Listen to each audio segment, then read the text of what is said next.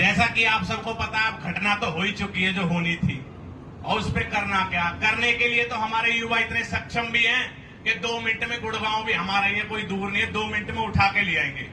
लेकिन वो 60-62 साल का बुजुर्ग जिसमें इतना दिमाग नहीं है, जिसे इतिहास की नॉलेज नहीं है, मैं कह रहा हूं अगर वो मेरे सामने 10 मिनट बैठ जाए तो उसकी आंखों में से खून के आंसू बहा दूंगा, इतने इतिहास मुझे पता है। वो जवाब नहीं दे पाएगा हमारी बातों का, इतनी हमें जानकारी है। बस एक छोटी बात मैं अपने समाज के बीच में करना चाहता हूं कि भाइयों, जिस तरीके से आज बदरपुर में हमारे समाज को गाली दी गई, इस तरीके से करके चले गए, हमारे समाज को कोई खबर नहीं थी, खबर होती तो वहीं पकड़ लेते उसे।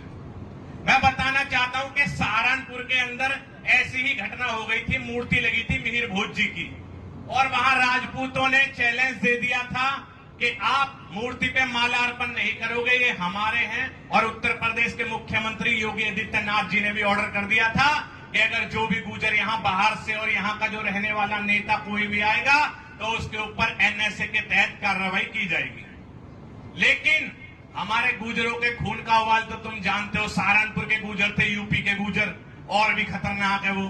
अब वहां पे इकट्ठा हो गए, 10,000 पुलिस फोर्स लगा दी, चारों तरफ पीएससी वीएससी लगा दी। जब 2 लाख गुजर उन्हें रोड पे दिखाई दिए तो पीएससी वीएससी उखाड़ के फेंक दी, दिखाई भी नहीं दूर दूर तक।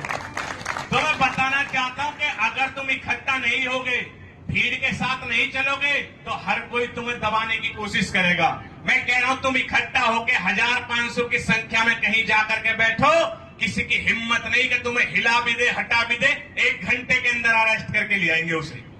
लेकिन ये जो हमारे लोग सोच रहे हैं कि बदरपुर की घटना है कि बदरपुर के आसपास के लोग इकट्ठा हो, अरे दिल्ली भी तो हम गुजरों की है, 80 से 90 गांव है इस दिल्ली के अंदर, और इस दिल्ली के अंदर हमारा ऐसा अपमान हो रहा है।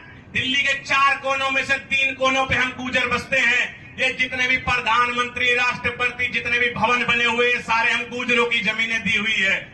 और आज दिल्ली के अंदर हमारा इस तरीके से हमारे समाज का अपमान हो रहा है, तो हमारा युवा नौजवान शांत बैठने वाला नहीं है। ये लोग बात करते हैं, इन्हें बता दूं मैं कि ये जो इनका सिसोदिया वंश है, महाराणा प्रताप जी है, वो हमारी गुजर माता थी जिसकी देन थे, वरना इनका तो ये भी इतिहास ही नहीं होता। अगर पन्नाधाय गुजरी ना होती तो इनके महाराणा प्रताप ही ना होते। ये हमारे इतिहास पे चुनौती कर रहे हैं। अरे हमने इन्हें कम से कम 10 बार बुलाया है। ग्वालियर में बैठक हुई थी, वहां 50,000 हमारे गुजर समाज के लोग आए थे, लेकिन इनकी हिम्मत नहीं पड़ी कभी हमसे फेस टू फेस ये बात कर ले। क्यों? क्योंकि इनके पास कोई तथ्य नहीं है, कोई कागज नहीं, कोई जानकारी नहीं, और हमारे पास सब चीजें। हमने इन्हें चुनौती दी है कि तुम आ जाओ, हमसे आमने सामने बैठ करके बात कर लो, लेकिन जिसके पास कुछ हो ही ना हो, क्या बात करेगा हमसे। मैं बताना चाहता हूं कि अभी हमारा समाज राजनीति में थोड़ा कमजोर है, इस चीज का फायदा उठा रहे हैं। वो इसलिए कि देखो, ये तो देश के हर कोने में बसे पड़े, बिहार में ये, झारखंड में ये, उत्तर प्रदेश में ये, बंगाल में, जगह पाएंगे तुम्हें। हम तो एनसीआर के गुजर शेर हैं, और गुजरों की संख्या तुम्हें पता है, जंगल के अंदर शेर की संख्या कम होती है या गीदड़ों की संख्या कम होती है। तो हमारी संख्या के आधार पे हमसे ये ना जताया जाए कि हमारा इतिहास छीन लिया जाएगा। इतिहास के लिए हम लड़ते आ रहे हैं। आ जाते दादरी के अंदर पंचायत हुई थी, मुख्यमंत्री ने गुजर शब्द को चुनौती दी थी, अगले दिन घुटने टिकवा दिए, वहीं गुजर लिखवाया, उसी मिहिर भोज कॉलेज में, गुजर सम्राट मिहिर भोज के सामने। मैं गया था राजस्थान, अजमेर के राजा थे पृथ्वीराज चौहान। पृथ्वीराज चौहान जी, जिन्हें ये राजपूत बताते हैं, वहां जाकर पता चला अजमेर के अंदर तो इनके गांव ही नहीं है। अब ये बताओ, जहां का राजा हो वहां उस जाति के गांव मिलेंगे नहीं मिलेंगे? वहां पे सारे गुजरों के गांव है अजमेर के अंदर, आज भी आप जाकर के देख लो। और पृथ्वीराज चौहान अजमेर के राजा थे। हमारे भगवान श्री देवनारायण जो गुजरों के आराध्य देवता है, राजस्थान में बसते हैं, उसके वंशज थे वो। अब इन्हें कुछ पता है नहीं, लेकिन टकराने आ जाते हैं, बार बार नॉलेज है नहीं इनके पास। अभी जब ये अशब्द कहे गए थे हमारे समाज के बारे में, तो हमारे कुछ युवा लोगों ने, कुछ ग्रेटर नोएडा के थे, कुछ घड़ौली गांव के थे, तो घड़ौली गांव के कुछ लोग वहां जब इस तरीके की बात हमारे समाज के लिए कही जा रही थी, वहां स्टेज पे मौजूद थे, तालियां बजा रहे थे। तो हमने क्या किया, अगले दिन ही पहुंच गए घड़ौली। अब तुम्हें पता है, पानी में रहकर मगरमच्छ से तो कोई बैर कर नहीं सकता। अगले दिन ही घड़ौली पहुंच गए।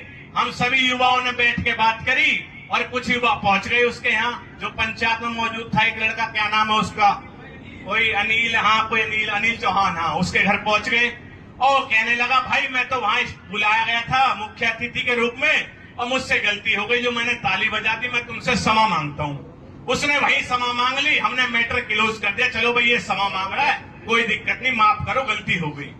ऐसी ही गलती अगर ये क्या नाम है इसका, अम्मू, हाँ अम्मू, पता ना कि नाम भी कैसा धर रहा था, सूरजपाल अम्मू, इसने भी अगर 24 घंटे के अंदर माफी नहीं मांगी तो इसे बता दिया जाएगा गुजर क्या चीज है।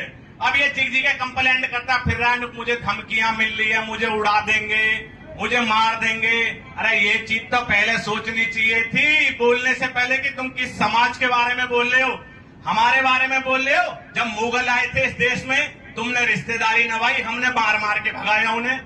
जब अंग्रेज आए जब भी हमने मार मार के भगाया, इसी वजह से तो हम पीछे हैं। इन्हें पता है मेरठ के अंदर हमारे गांव के गांव जला दिए गए थे गुजरों के, बुलंदशहर में काले आम पे हम गुजरों को फांसियों पे चढ़ा दिया था, लेकिन हम झुके नहीं, बागी हो गए, इनकी गुलामी नहीं करी, बहन बेटी नहीं दी ने, बागी हो गए थे, जिएंगे अपने शान से।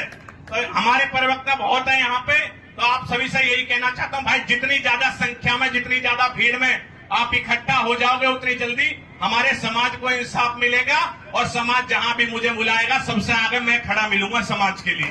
सभी भाइयों को राम राम, सभी प्रवक्ताओं को राम राम।